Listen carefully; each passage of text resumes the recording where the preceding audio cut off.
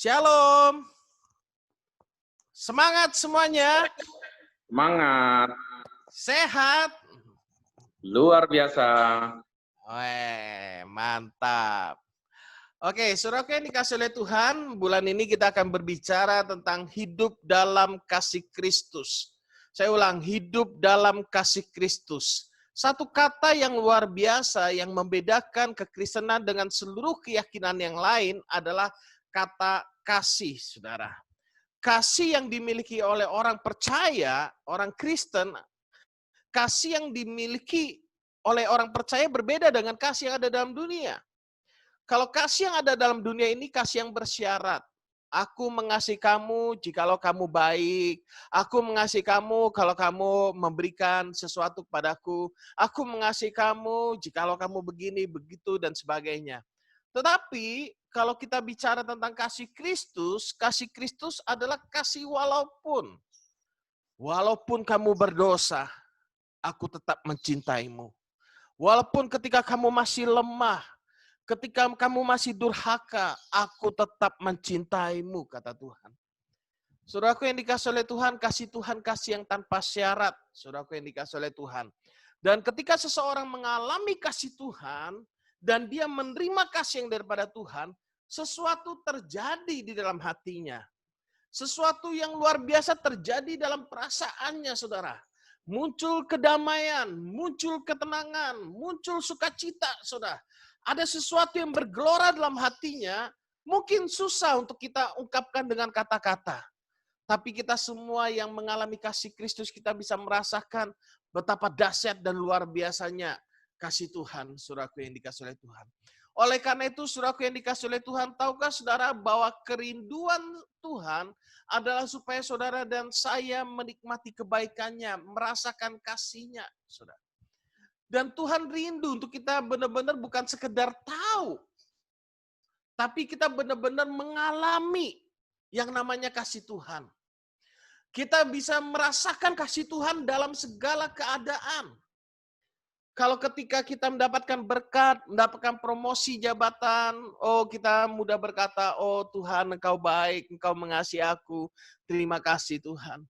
Tapi bagaimana ketika kita pekerjaan sedang menurun, kondisi keuangan kita lagi mengalami problem, kita mengalami satu pergumulan, apalagi ketika kita mengalami masalah itu bukan karena kesalahan kita mungkin, saudara, apalagi itu karena kesalahan orang lain. Sebagian orang bertanya, Tuhan di mana Engkau? Tapi saya hari ini mau beritahu saudara, saudara mau merasakan Tuhan hadir atau tidak dalam hidupmu, saya mau beritahu saudara bahwa Tuhan tetap mencintaimu. Tuhan tetap mencintai saudara dan saya. Bukan tergantung apa yang kita rasakan. Tapi dari kebenaran firman Kristus kita menyadari bahwa Tuhan mencintai kita. Kenapa kita harus mengerti ini terlebih dahulu, saudara, bahwa Tuhan mencintai kita dalam segala keadaan dan tanpa syarat. Karena kadang manusia itu, saudara, ketika dia jatuh dalam dosa, yang muncul ada perasaan takut, saudara. Dan ketakutan ini membuat dia tidak dapat merasakan kasih Tuhan. Bahkan kalau kita lihat dalam Alkitab, Tuhan datang pun manusia jadi ketakutan. Jadi bersembunyi, saudara. Makanya saudara ketika orang jatuh dalam dosa, cenderung dia nggak mau ketemu orang percaya lain atau nggak mau beribadah. Makanya kita harus menyadari bahwa Tuhan mencintai kita dalam segala keadaan. Dia adalah kasih. Allah adalah kasih, saudara. Dia sumber kasih. Kita yang kekurangan kasih, kita bisa datang kepada Dia dan menikmati seluruh kasih-Nya. Dan Tuhan mau kita merasakan kasih-Nya, menikmati kasih-Nya itu melalui keluarga. Kalau saudara perhatikan Alkitab, saudara, lembaga yang didirikan langsung oleh Tuhan adalah, yang pertama adalah keluarga, yang kedua adalah gereja Tuhan. Ketika kita bicara tentang keluarga, Allah memberkati langsung. Di surga ada Allah Bapa, Allah Anak, Allah Roh Kudus. Di keluarga ada Bapa, ada Ibu, ada anak, saudara. Alkitab mencatat Bapa mengasihi anak, anak mengasihi Bapa, dan Roh Kudus mencurahkan kasih-Nya itu kepada kita. Makanya ketika kita ingin mengalami kasih Kristus itu semua karena pertolongan Roh Kudus dalam hidup kita. Nah, di dalam keluarga kita juga ada bapak, ada mama, ada anak. Sudah. Penerapan dari hidup dalam kasih Kristus ini paling nyata dalam keluarga. Dalam keluarga kita tahu bahwa orang tua menyediakan apa yang dibutuhkan oleh anak. Bahkan sebelum anak itu lahir, orang tua sudah persiapan. Betul nggak? Ketika seorang ibu sedang mengandung, saudara, dia langsung berpikir, aduh nanti anakku ini kuberikan popok. Nanti bobonya begini, belikan bantal, belikan guling, belikan baju. Sudah. Belum lahir sudah dibelikan, sudah. Mau makan, saudara, setiap hari, anak gak perlu mikir makan, saudara. Tapi orang tua memikirkan, aduh masak apa ya, masak apa ya. Lihat, bagaimana baiknya orang tua kepada anak sebelum anak meminta, orang tua telah menyediakan. Dan tidak sedikit, saudara. Banyak orang tua yang rela tidak makan demi anaknya bisa makan. Ada orang tua yang error memang. Sehingga anak sukar mengalami kasih Tuhan. Orang tua yang egois, anak sukar mengalami kasih Tuhan. Saudaraku yang dikasih oleh Tuhan, biarlah setiap kita benar-benar dapat mengalami kasih Kristus. Merasakan kasih Kristus, saudara, melalui keluarga. Makanya kenapa saya mengajak saudara yang setiap kepala rumah tangga yang menyadari kebenaran bahwa saudara dipanggil Tuhan untuk melayani keluarga saudara, saudara adalah gembala buat keluarga saudara, saudara bisa membentuk family church, bergabung dengan New Life. Di grup New Life saya sudah kirimkan informasinya. Apa itu family church? Family church itu adalah di dalam setiap keluarga berkomitmen dalam satu hari minggu, dalam satu minggu satu kali kita mengambil waktu untuk kebaktian bersama, saudara. Dengan anggota keluarga kita, benar-benar kebaktian. Bukan santai, sambil makan snack, ngobrol-ngobrol, sharing-sharing. Bukan, tapi benar-benar kebaktian. Menghormati Roh Kudus hadir dalam persekutuan kita, dalam ibadah kita. Saudara, anak-anak dididik sesuai dan kebenaran firman, menghormati Tuhan, melayani Tuhan. Ada yang pimpin doa, ada yang bersaksi, mungkin kalau ada yang bisa main musik, ada yang worship leader, ada yang sharing firman, lalu anak-anak diajarkan untuk memberikan persembahan dan sebagainya. Dimulai dari keluarga. Kalau keluarga ini kuat, saudara, maka dalam segala keadaan kita akan tetap kuat. Nah, kalau keluarga rapuh, di sana muncul problem. Saudaraku yang dikasih oleh Tuhan, yang harus kita ingat selalu bahwa Tuhan mengasihi kita dalam segala keadaan. Amin. Tuhan mencintai kita dalam segala keadaan. Jangan takut ketika kita berbuat salah datang kepada Tuhan.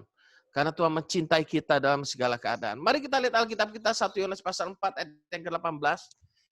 1 Yohanes 4 ayat yang ke-18. 1 Yohanes pasal 4 ayat 18 dikatakan di dalam kasih tidak ada ketakutan. Kasih yang sempurna melenyapkan ketakutan. Sebab ketakutan mengandung hukuman. Dan barang siapa takut, ia tidak sempurna di dalam kasih.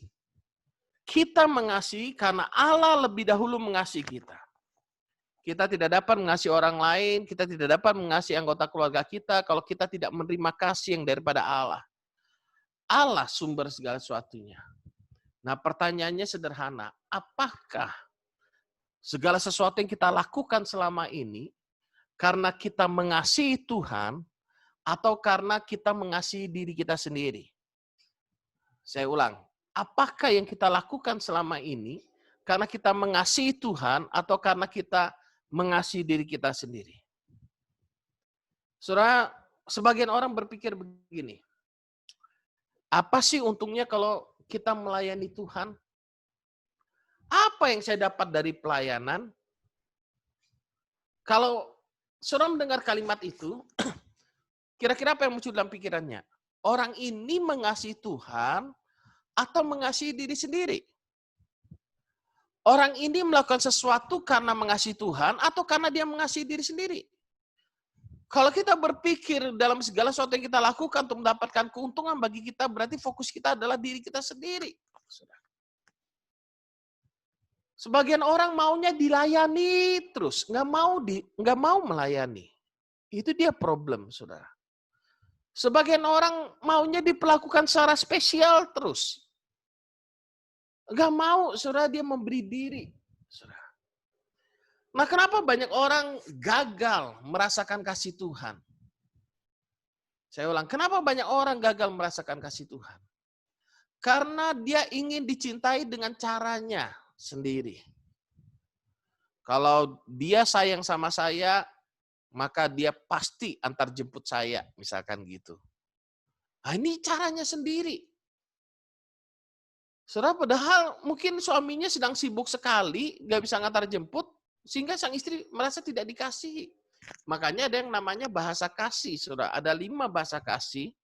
Saudara, ada orang yang suka dipuji, ada orang yang suka hadiah, ada orang yang suka saat-saat mengesankan, saudaraku, ada orang yang suka dilayani, saudara, ada orang yang suka disentuh. Nah, istri saya ini sukanya dilayani, saudara. Makanya kalau dia bersih-bersih rumah, kami nggak membantu, saudara.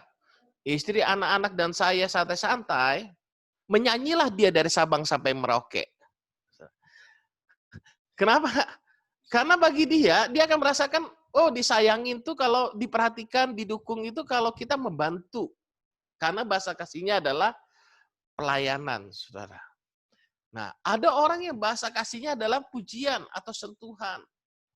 Nah, kalau saya, bahasa kasihnya adalah sentuhan. Bagi saya, rumah mau sebersih apapun, kalau kamu gak ada di samping saya, ya ada yang kurang, saudara. Nah, makanya, saudara, kita perlu mengenali kasih ini dengan benar, saudara. Nah, kita nggak bisa hidup dalam kasih Tuhan kalau hati kita problem. Saya ulang.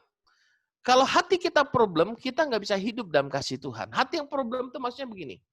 Orang yang hidup berfokus pada diri sendiri, mengasihani dirinya sendiri, dia nggak akan bisa mengasihi Tuhan, nggak bisa mengasihi sesama.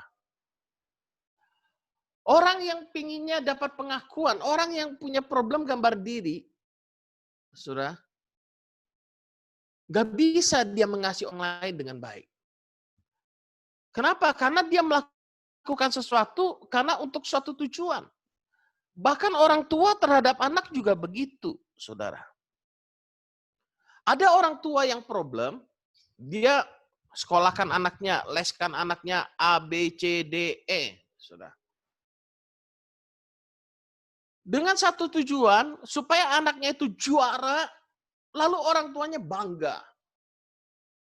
Bukan berarti kita nggak bangga kalau anak kita juara, betul. Tapi kita harus melihat juga, menyerahkan kemampuan, menilai kemampuan anak kita masing-masing, karena anak kita punya bidang masing-masing, saudara.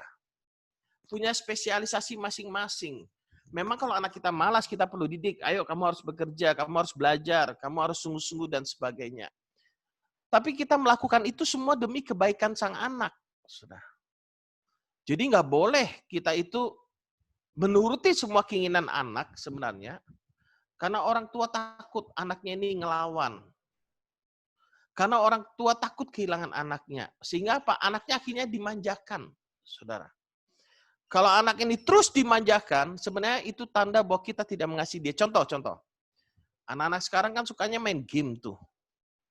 Kalau kita biarkan anak kita main game terus, tidur subuh-subuh main game, bangun tidur buka mata langsung main game, saudara. Kita biarkan terus, yang penting dia sudah punya dunia sendiri, tenang, gak ganggu kita. Nah, itu tidak mengasihi. Kalau mengasihi itu dia pasti mendidik, saudara, mendisiplin anak-anak, saudara.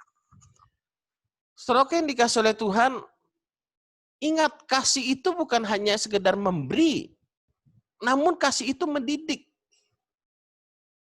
Jadi ketika kita mengasihi seseorang, bukan berarti kita harus menuruti keinginannya orang itu, saudara. Tapi seringkali kita harus mendidik anak-anak kita. Amsal 23 ayat yang ke-13, mari kita buka. Amsal pasal 23 yang ke-13. Saya bacakan dalam terjemahan firman Allah yang hidup. Amsal 23 ayat yang ke-13 dikatakan begini. Jangan lalai mendidik anak-anakmu. Saya ulang, jangan lalai mendidik anak-anakmu. Disiplin tidak akan mencelakakan mereka. Mereka tidak akan mati jika engkau memukul mereka dengan rotan. Nggak akan mati. Kenapa? Karena kita memukulnya dengan maksud tujuan karena kita mengasihi dia. Saudara, hukuman akan menjauhkan mereka dari neraka. Bukan berarti pukul pakai rotan. Wah, sudah nangis minta ampun, hajar terus. Karena kita emosi. Bukan begitu cara mendidik anak, saudara. Saudara, kalau ketika kita mendidik, saya percaya setiap orang tua yang punya anak, kalau dia pakai rotan, dia pukul anaknya, saudara. Habis dia pukul, hati bapak itu menangis. Kenapa? Karena itu harus dilakukan demi kebaikan sang anak. Mungkin anak saat itu tidak mengerti apa maksud dari rotan itu. Termasuk diri saya dulu. Ketika papa saya memukul saya pakai rotan, saudara. Saudara yang dikasih oleh Tuhan, Amsal 29 ayat yang ke-18. Amsal 29 ayat yang ke-18. Bila tidak ada wahyu, menjadi liarlah rakyat. Berbahagialah orang yang berpegang pada hukum. Dengan kata-kata saja seorang hamba tidak dapat diajari sebab walaupun ia mengerti, namun ia tidak mengindahkannya. Kalau dengan kata-kata saja, kadang perlu disiplin, saudara. Dalam terjemahan firman Allah yang hidup dikatakan begini, apabila tidak ada pengenalan akan Allah, maka orang akan menjadi liar dan menuju kebinasaan. Makanya kenapa di keluarga kita harus ada pengenalan akan Allah. Bagaimana mengenal akan Allah? Beritakan firman, ajar, didik anak-anak kita, saudara. Kalau enggak, maka orang akan menjadi liar dan menuju kebinasaan. Tetapi berbahagialah suatu bangsa yang mengenal dan memegang hukum-hukumnya. Perkataan saja sering tidak dihiraukan, karena itu perlu adanya apa? Disiplin. Saudara. Jadi bahkan Tuhan sendiri mendisiplin kita kok. Ibrani 12 ayat yang kelima. Ibrani 12 ayat yang kelima. Dan sudah lupakah kamu akan nasihat yang berbicara kepada kamu seperti kepada anak-anak? Hai anakku, janganlah anggap enteng didikan Tuhan. Dan janganlah putus asa apabila engkau diperingatkannya. Karena Tuhan menghajar orang yang dikasihinya. Dan ia menyesah itu mencambuk, saudara. Ia menyesah orang yang diakuinya sebagai anak. Bukan mencambuknya ini menyiksa anak, beda. Saudara-saudara jangan salah menafsirkan. Ini maksudnya didikan seperti seorang ahli psikolog anak mendidik anak-anak, saudara. Jika kamu harus menanggung ganjaran, Allah memperlakukan kamu seperti anak. Di manakah terdapat anak yang tidak dihajar oleh ayahnya? Tetapi jikalau kamu bebas dari ganjaran yang harus diderita setiap orang, maka kamu bukanlah anak, tetapi apa? Anak-anak gampang. Saudara. Jadi ada anak, ada anak-anak gampang. Selanjutnya dari ayah kita yang sebenarnya kita beroleh ganjaran dan mereka kita hormati, kalau demikian bukankah kita harus lebih taat kepada Bapa segala roh supaya kita boleh hidup? Sebab mereka mendidik kita dalam waktu yang pendek sesuai dengan apa yang mereka anggap baik. Tetapi dia mengajar kita untuk kebaikan kita. Garis bawahi untuk kebaikan kita. Supaya kita beroleh bagian dalam kekudusannya. Memang tiap-tiap ganjaran pada waktu ia diberikan, apa dikatakan tidak mendatangkan sukacita, tetapi duka cita. Tetapi kemudian dia menghasilkan buah kebenaran yang memberikan damai. Yang memberikan apa? Damai kepada mereka yang dilatih olehnya. Sebab itu, kuatkanlah tangan yang lemah dan lutut yang goyah. Dan luruskanlah jalan bagi kakimu sehingga yang pincang jangan terplecok, tetapi menjadi sembuh. Berusahalah hidup damai dengan semua orang dan kejarlah kekudusan. Sebab tanpa kekudusan tidak seorang pun akan melihat Tuhan.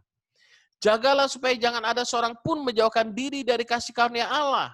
Agar jangan tumbuh akar yang pahit yang menimbulkan kerusuhan dan mencemarkan banyak orang. Jadi saudara yang dikasih oleh Tuhan, ingat mengasihi itu bukan hanya memberi untuk orang yang kita cintai, tapi mengasihi itu mendidik orang-orang yang kita cintai, saudara. Dengan kasih sayang, Dengan hikmat Tuhan kita mendidiknya. Dengan memberikan kebenaran firman dalam kita mendidiknya. Saudaraku yang dikasihi oleh Tuhan Yesus, bahkan Yesus mengajarkan kita bicara tentang kasih, ini bukan hanya mengasihi orang yang baik kepada kita, tapi mengasihi juga musuh-musuh kita. Orang-orang yang memfitnah kita, orang-orang yang menyerang kita. Saya mau beritahu saudara, bahwa dimanapun saudara berada dalam kehidupan kita, pasti ada orang-orang yang sensitif terhadap kita. Saya ulang, ada orang-orang yang sensitif terhadap kita. Contoh, orang yang berdosa, saudara, orang misalkan orang yang ngerokok atau berzina, saudara, ketika saya berbicara tentang jangan merokok, jangan berzina, dia bisa berpandangan negatif sama saya. Mungkin dia langsung berpikir, nyindir. Lihat tuh Pak Gembala nyindir. Nah, gitu-gitu akan selalu ada, saudaraku. Saudara berbuat benar pun, orang akan prasangka buruk sama saudara. Bisa jadi itu ada. Tapi saya mau beritahu saudara, biarlah tetap kasih Kristus mengalir dalam hidup kita. Amin. Kasih Tuhan mengalir dalam hidup kita. Saudara berbuat baik, saudara menolong orang, saudara ramah sama orang lain, orang berprasangka, oh, pencitraan, ada maksud, ada udang di balik rempeyek, gitu ya. Saudaraku yang dikasihi oleh Tuhan, mari kita menyadari betul-betul tentang kasih Kristus. Nah, hari ini saya hanya ingin membagikan 3 poin tentang ciri-ciri orang yang hidup dalam kasih Kristus. Mari kita cek apakah kita memiliki ciri-ciri ini atau tidak, saudara. Kalau kita memiliki kasih Kristus, kita hidup dalam kasih Kristus, ciri yang pertama adalah dia memiliki hati yang taat. Saya ulang, memiliki hati yang taat. Dia menjadi orang-orang yang penurut-penurut Allah. Dalam Efesus pasal 5 ayat yang pertama, mari kita lihat. Efesus pasal 5 ayat yang pertama.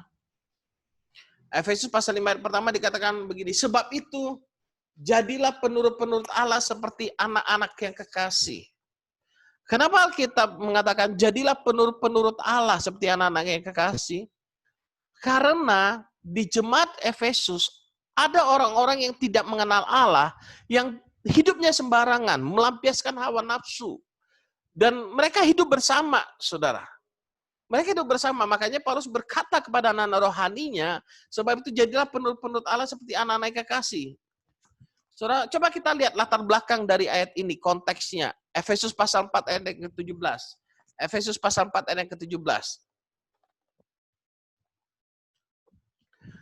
Sebab itu kukatakan dan kutegaskan ini kepadamu di dalam Tuhan, jangan hidup lagi sama seperti orang-orang yang tidak mengenal Allah dengan pikirannya yang sia-sia. Dan pengertiannya yang gelap jauh dari hidup persekutuan dengan Allah. Karena kebodohan yang ada di dalam mereka dan karena kedegilan hati mereka.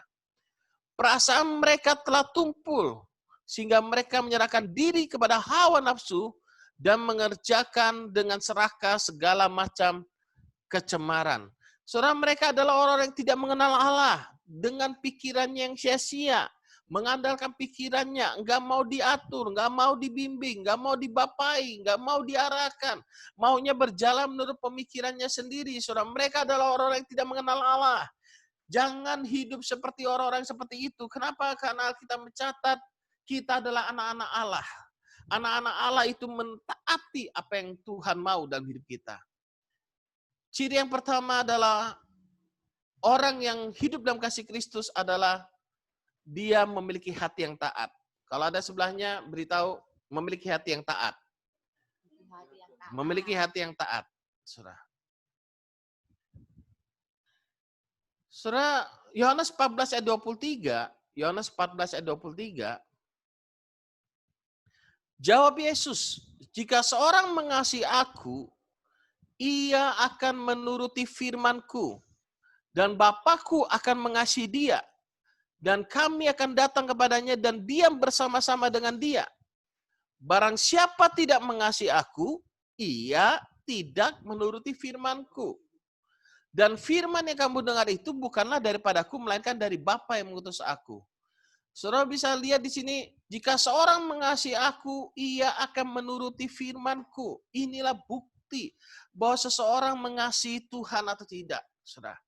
Kalau orang yang mengasihi Tuhan, dia pasti taat pada firman Tuhan, saudara. Dan yang menariknya, saudara, ketaatan tidak tergantung pada keadaan. Ketaatan tidak tergantung apakah ada orang lain atau tidak ada orang lain. Ada orang yang kalau ada pendetanya nggak berani ngerokok, rokoknya langsung dibuang. Begitu kelihatan pendeta, langsung kalah kabut, matikan rokoknya, gitu ya. Berarti dia kelihatannya aja taat, saudara. Padahal dia bukan seorang yang taat. Jadi orang yang taat itu, saudara, itu orang yang luar biasa sebenarnya. Mau ada orang lain, gak ada orang lain, dia tetap taat akan perintah Tuhan. Ketika nggak ada istrinya, dia tetap setia sama istrinya. Bukan ketika nggak ada istrinya, ada cewek cantik, wah mulai rayuan, gombal muncul dan segala macam. Saudaraku yang dikasih oleh Tuhan, ingat ketaatan kepada Tuhan tidak tergantung pada keadaan. Dan jangan cari kambing hitam untuk membenarkan ketidaktaatan kita. Samalah seperti manusia pertama jatuh dalam dosa. Saudara, ketika Hawa ditanya, Hawa menyalahkan ular. Betul ya? Karena ada ular yang menggoda. Ketika Adam ditanya, Adam menyalahkan Hawa. Mencari kambing hitam. Kita mau taat atau tidak taat, itu bukan karena keadaan, tapi karena keputusan dalam hati kita.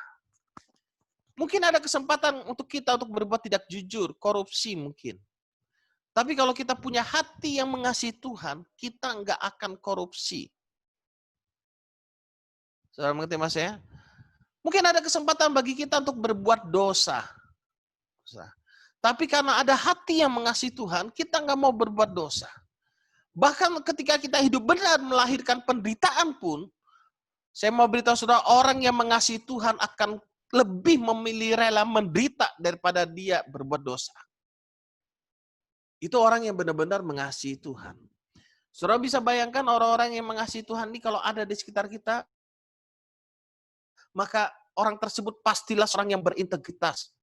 Apa yang dikatakan sama dengan apa yang ada dalam hatinya sama dengan apa yang dia lakukan. Itulah orang yang berintegritas. Makanya ketika kita menjalankan family church nanti, saudara, ini memperkecil untuk bapak-bapak yang tidak berintegritas. Kenapa? Karena apa yang kita katakan dalam keluarga kita, ketika kita sharing firman, memimpin kebaktian, apa yang kita ajarkan, itu pula yang harus kita lakukan. Kenapa? Karena istri dan anak-anak kita akan melihat kita. Demikian pula sebaliknya. Ketika anak-anak sharing mungkin, apa yang mereka ajarkan, itulah yang harus mereka hidupin. Ketika kita berkata, kita mengampuni, lalu ada anggota keluarga atau saudaranya menyakitin. Nah, di sanalah muncul reaksinya bagaimana. Jadi, family church itu akan sangat membantu, saudara. Dengan adanya family church, saudara, membawa keluarga makin mengenal Tuhan, mempererat hubungan keluarga. Lalu apalagi, saudara, dengan adanya family church, saudara melatih anggota keluarga semuanya untuk melayani Tuhan, bersyukur kepada Tuhan, ada pujian, pengagungan, penyembahan dari keluarga kita. Apalagi manfaat family church, saudara, kita mempersiapkan generasi yang kuat, yang luar biasa, saudara. Anak-anak kita akan jauh lebih hebat daripada kita. Kenapa? Karena semenjak kecil mereka sudah diperkenalkan kepada firman. Semenjak kecil mereka sudah dididik sesuai dengan kebenaran firman. Dan ketika itu ada dalam rumah tangga kita, mereka akan menjadi orang-orang yang kuat, mereka menjadi orang-orang yang berintegritas, mereka menjadi orang-orang yang jujur, orang-orang yang dapat dipercaya, orang-orang yang dapat diandalkan dan sebagainya. Orang-orang seperti itulah yang sedang dicari oleh dunia ini.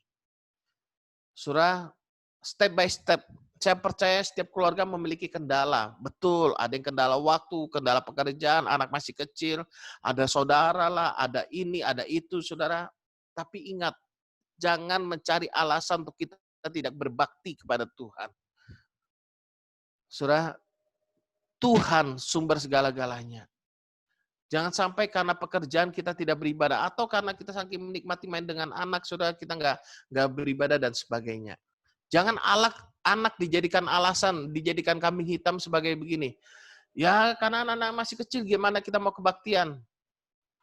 Saudara, semuanya itu dimulai dari hati. Ya tentunya kalau ada anak-anak masih kecil, kita mengerti untuk saudara menyesuaikan diri, mendidik anak-anak saudara dalam Tuhan. Saudara yang dikasih oleh Tuhan, jangan lagi hidup sama seperti orang-orang yang tidak mengenal Allah, Alkitab katakan. Jadi ciri yang pertama, saudaraku, orang yang hidup dalam kasih Tuhan adalah dia memiliki hati yang taat.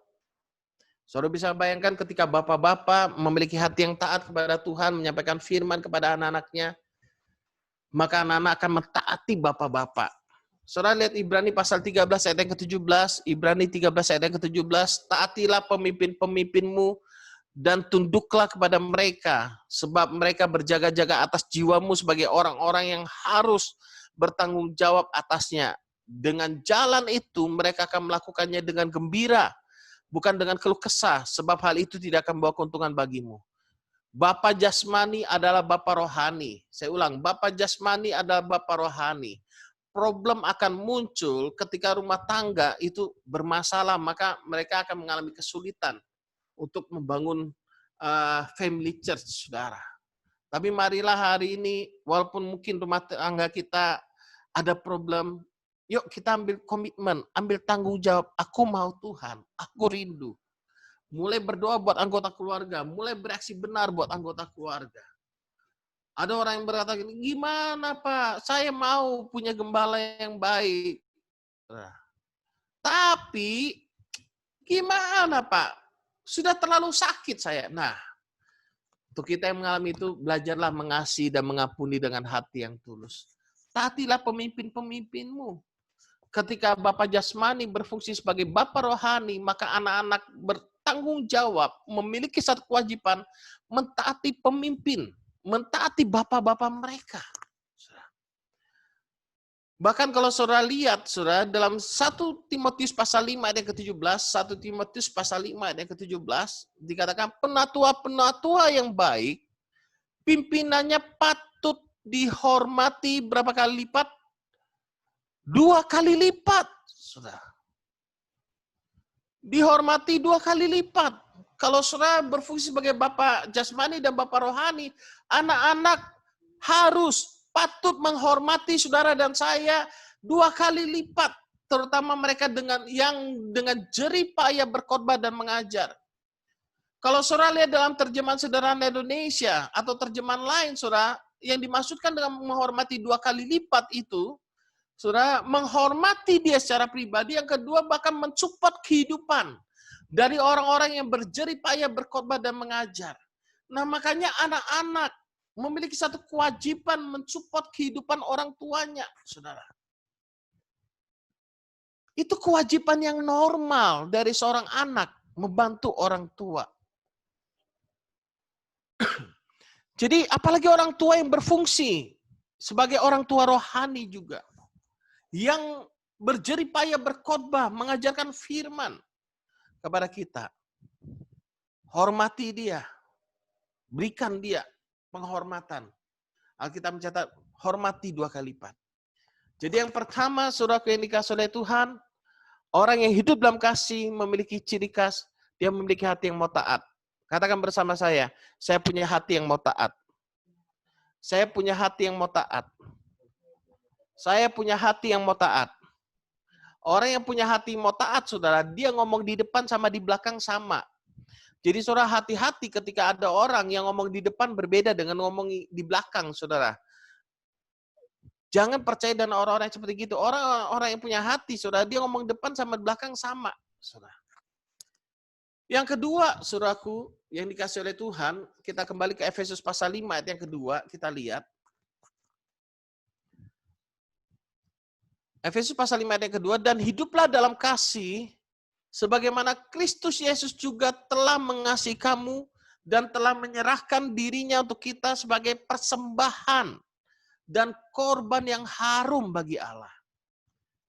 Dari ayat ini saya mengambil poin yang kedua, orang yang hidup dalam kasih, dia memiliki hati yang rela berkorban, hati yang mau memberi. Dalam bahan di Family Church ini saya bagi 2 poin. dalam renungan kita sore ini kita gabung jadi satu saja. Hati yang rela berkorban. Yesus rela berkorban tanpa paksaan apapun. Orang yang memiliki kasih pasti rela berkorban. Jadi kalau orang yang berkata aku mengasihi tapi nggak rela berkorban tuh agak aneh. Orang yang benar-benar mengasihi pasti dia memberi. Pasti. Orang selalu mempertanyakan ketika hukum Taurat dan kasih karunia diperdebatkan, haruskah kita memberi persepuluhan? Saudara. Intinya sederhananya begini loh, saudara. Sederhananya begini. Kalau orang hidup di dalam hukum Taurat saja memberikan persepuluhan, apalagi kita yang hidup di dalam kasih, digerakkan oleh kasih, saudara. Bukan 10%. Boleh saja kita beri 20%, 30%, 90%, saudara. Karena apa? Dasarnya adalah kasih. Saudara, ketika kita dapat dipercaya dalam mengasihi orang lain dengan hati yang tulus, rela, saudara, maka segala sesuatunya akan berubah hidup kita ini. Dan ingatlah selalu, setiap berkat yang kita dapat, itu tidak semuanya milik kita. Ada berkat yang Tuhan titipkan untuk kita berikan kepada orang lain, untuk menjamin kelangsungan hidup orang itu. Saya bersyukur banget, saudara. Bicara tentang memberi ini, saya sangat belajar banyak dari keluarga New Life. Kenapa? Karena kita belajar. Ada orang-orang yang ketika memberi, nggak ingin diketahui oleh orang lain. Nggak ingin mencari pujian. Kita nggak perlu membuktikan diri kita adalah seorang yang baik, yang punya jiwa sosial. No. Kalau kita mencari pujian, kita telah menerima upahnya, Alkitab mencatat. Tapi kalau kita memiliki hati yang memberi dengan hati yang tulus, rela berkorban. Saudara, karena ada yang rela berkorban, makanya buat keluarga New Life, yang membutuhkan sembako, membutuhkan yang lain, bisa menghubungi New Life, jangan sungkan. Kita ini keluarga saling melengkapi satu sama yang lain. Saudara. Saling menolong. Saudara. Ada saatnya kita berada di atas, berkah berlimpah. Ada saatnya mungkin kita berada di, dalam tanda petik, berada di bawah, mungkin terbatas keuangan kita. Saya benar-benar menyadari arti 1.000 perak ketika kami mengalami problem keuangan. Saudara. Sampai ngumpulkan koin, diperhatikan 500, waktu kami awal-awal ke Batam, saudara. Kami sempat makan Indomie selama 2 minggu setiap hari. Anak-anak masih kecil, anak-anak nggak ngerti. Saudara. Setiap bulan habis gajian, kami langsung beli beras, beli Indomie, beli telur, beli susu. Saudara. Keperluan untuk 1 bulan. Kami, orang tua, makan Indomie setiap hari nggak apa-apa. Tapi anak-anak harus minum susu. Saudara. Orang tua pasti memprioritaskan anak-anaknya. Saudara. Dan kami nggak ada cerita sama orang. Sama sekali enggak. Bahkan Kofunik yang kenal baik sama saya, yang dekat, yang kalau turun dari kapal datang, saudara, saya ajak makan, cuman ya makannya adanya Indomie ya, kita makan Indomie gitu kan. Kofunik pun nggak tahu kok. Sampai kami melewati semuanya, saudara, kami bergumul dalam Tuhan, melewati dan sudah dalam keadaan baik, baru saya berani bersaksi bahwa kami sudah tidak kekurangan lagi. Jangan ketika kita mengalami problem kekurangan, jadikan status di Facebook. Jangan, saudara. Belajar naruh semuanya itu kepada Tuhan. Tuhan yang menjadi sumber berkat kita. Tuhanlah yang menjadi sumber pertolongan kita. Saudara.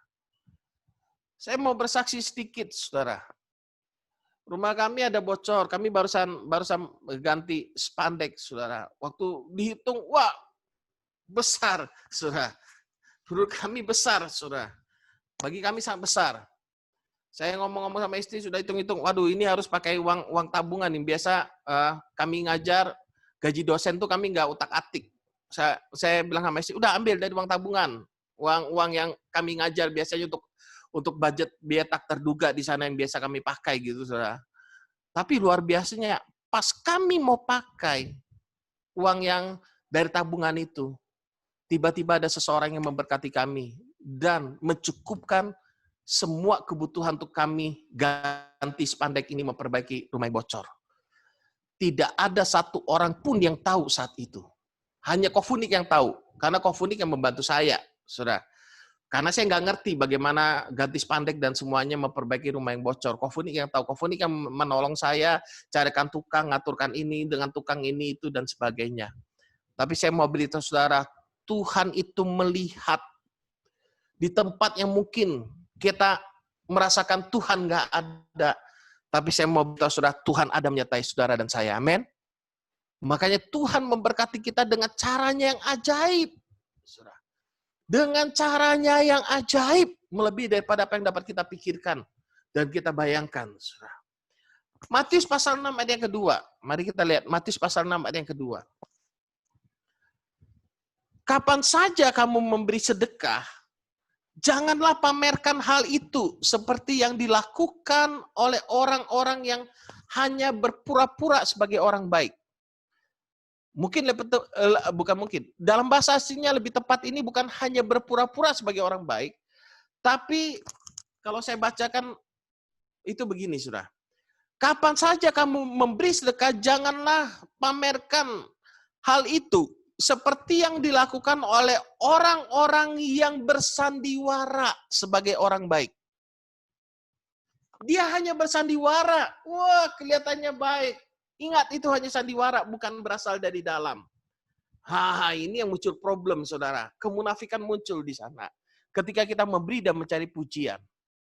Mereka suka memberi sedekah di depan umum, di dalam rumah-rumah pertemuan, atau di simpang-simpang jalan, dan diiringi dengan bunyi trompet. Mereka melakukan seperti itu supaya dilihat dan dipuji banyak orang.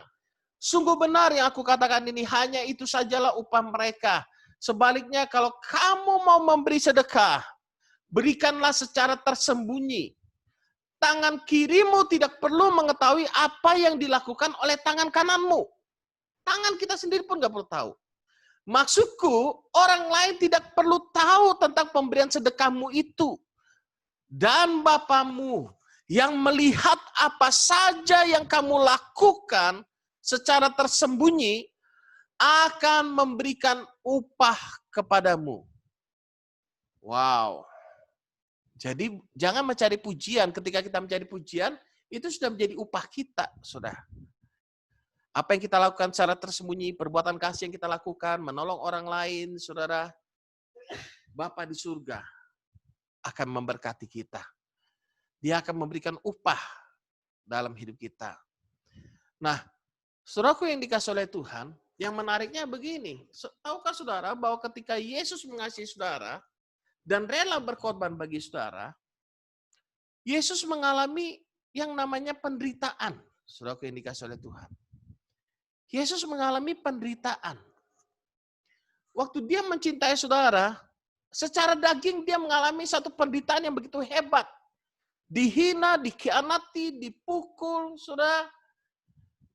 Dicambuk hingga disalibkan, saudara. Penderitaan yang sangat hebat dialami oleh Yesus. Secara daging. Ketika saudara rela berkorban karena saudara mengasihi seseorang, mungkin secara daging, terasa sakit, terasa nggak enak, saudaraku yang dikasih oleh Tuhan. Tapi percayalah, waktu kita melakukan dengan dasar kasih hati yang tulus, Tuhan melihat dari tempat yang tersembunyi itu, akan memberkati saudara dan saya. Amin. Saudaraku yang dikasih oleh Tuhan, mari. Waktu kita mungkin dapat berkat, kadang kita langsung berkata, yes, langsung kita berpikir macam-macam. Tapi mulai bertanya, Tuhan terima kasih buat berkat-Mu. Ini buat aku boleh nggak Tuhan? Atau ternyata ada orang lain yang punya. Kadang Tuhan tuh begitu sama kita. Hanya numpang lewat melalui kita. Dan ingat, orang yang dapat dipercaya, pasti dipercayakan berkat yang lebih besar. Diberikan kepercayaan yang lebih besar. Kita melakukannya bukan karena untuk dapat berkat, tapi karena kita mengasihi Tuhan. Itu dasarnya, saudara. Makanya hidup ini sederhana kok, saudara. Kita nggak perlu muluk-muluk. Yang penting asal ada makan minum pakai sudah cukup bagi kita. Saudara, Yesus tidak mempertahankan rupa Allahnya. Tapi Alkitab mencatat, ia mengosongkan diri dan mengambil rupa seorang hamba dan menjadi sama dengan manusia. Waktu dia datang ke dalam dunia, dia bukan datang di kalangan istana atau di keluarga saudagar. Tapi dia mengambil rupa seorang hamba. Bahkan dia lahir di kandang domba, saudara. Supaya siapapun kita dapat berjumpa dengan dia. Kalau dia lahir di istana negara, saudara lihat, misalkan cucunya Jokowi lahir, mana bisa saudara ketemuin dengan sembarangan. Itu pun cucu, apalagi kalau anak. Anak raja bisa ditemuin semua orang, anak presiden bisa temuin semua orang dan bebas. Enggak. Tapi dia lahir seorang hamba. Dan rupa seorang hamba dan mengambil rupa seorang manusia. Hamba. Saudara yang dikasih oleh Tuhan. Yang ketiga, saudara, yang pertama, apa tadi? Ciri orang yang hidup dalam kasih Kristus. Mari apa? Memiliki hati yang taat. Katakan bersama saya, memiliki hati yang taat. Sekali lagi, memiliki hati yang taat. Yang kedua, memiliki hati yang rela berkorban. Katakan bersama saya. Memiliki hati yang rela berkorban. Hati yang suka memberi. Orang rela berkorban itu pasti suka memberi. Yang ketiga, yang terakhir, saudara, memiliki hati yang menerima apa adanya. Kristus menerima kita apa adanya. Demikian pula kita menerima orang lain apa adanya. Alkitab mengajarkan kita untuk kita saling menerima satu sama lain. Sama seperti Kristus telah menerima kita. Bukan karena kita baik, tapi karena Tuhan baik. Amin.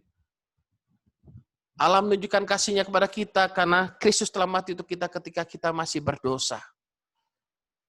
Saudara yang dikasih oleh Tuhan, 3 hal sederhana. Nanti saudara bisa diskusikan aplikasinya di keluarga saudara masing-masing. Apakah kita ini orang yang suka memberi atau tidak. Atau mungkin ada sesuatu yang proyek yang kita bisa garap bersama dan keluarga kita. Kita lihat mungkin ada tukang sampah, atau ada anak-anak jalanan, masak untuk anak jalanan, berikan anak jalanan, dan sebagainya. Boleh juga saudara lakukan bersama dan keluarga. Di sanalah kita belajar mendidik, saudara. Ketika ada pengamen, ketika kita tergerak, kita berikan, saudara. Saudaraku yang dikasih oleh Tuhan, mari kita belajar bersama-sama mengasihi, menerima apa adanya. Bukan karena kita baik dan hebat. Yang penting, saudara, dalam kekristenan itu bukan berapa banyak pengetahuan kita. Yang penting begini, apakah yang kita ketahui, yang kita terima kebenaran ini, kita hidupi atau tidak? Percuma teologi, ilmu di kepala kita segunung, tapi kalau kita nggak menghidupinya. Contoh, hati yang taat. Kalau nggak ada orang, apakah kita berpikiran kudus? Kalau nggak ada orang, apakah kita tetap menjadi seorang yang jujur? Kalau nggak ada orang lain, apakah kita juga tetap membaca merenungkan firman siang dan malam? Atau hanya karena ada orang, karena kondisi baru kita melakukan? Hati yang suka memberi, apakah kita memberi karena mencari pujian? Biarlah kita dalam Keluarga New Life memiliki sebuah nilai-nilai yang baik. Waktu kita memberi, nggak perlu orang lain tahu. Saudara. Mungkin ada yang menyalahgunakan, biarkan yang menyalahgunakan. Yang penting kitanya tulus, saudara. Dari hati kita melakukannya karena dasar kasih kepada Tuhan. Dan ayat yang terakhir, 1 Yohanes pasal 2 ayat yang ke-15. 1 Yohanes pasal 2 ayat yang ke-15. Kita baca bersama yuk, saudara baca di rumah saudara. Buka Alkitab saudara, 1 Yohanes pasal 2 ayat 15 sampai 17. 1 Yohanes 2 ayat 15 sampai 17. Mari buka Alkitab kita baca bersama. Saudara baca di rumah saudara. 1, 2, 3. Janganlah kamu mengasihi dunia dan apa yang ada dalamnya. Jikalau orang mengasihi dunia, maka kasih Bapa tidak ada di dalam orang itu. Sebab semua yang ada di dalam dunia, yaitu keinginan daging dan keinginan mata serta keangkuhan hidup, bukanlah berasal dari Bapa, melainkan dari dunia. Dan dunia ini sedang lenyap dengan keinginannya. Tetapi orang yang melakukan kehendak Allah tetap hidup selama-lamanya. Nah, saudara, kita melihat Alkitab jelas mengajarkan kita, janganlah kita mengasihi dunia dan apa yang ada di dalamnya. Kenapa? Karena kalau kita mengasihi dunia, kita nggak akan bisa memiliki kasih Bapa, saudara. Orang yang mencintai dunia nggak akan bisa mencintai Bapa di surga. Nggak akan bisa mencintai Tuhan. Apalagi mencintai sesama. Sebab semuanya dalam dunia keinginan daging.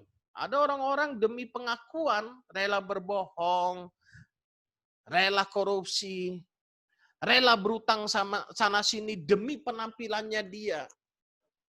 Saya mau beritahu saudara, kita adalah orang-orang yang sudah menjadi ciptaan baru. Kita bukan seperti itu lagi.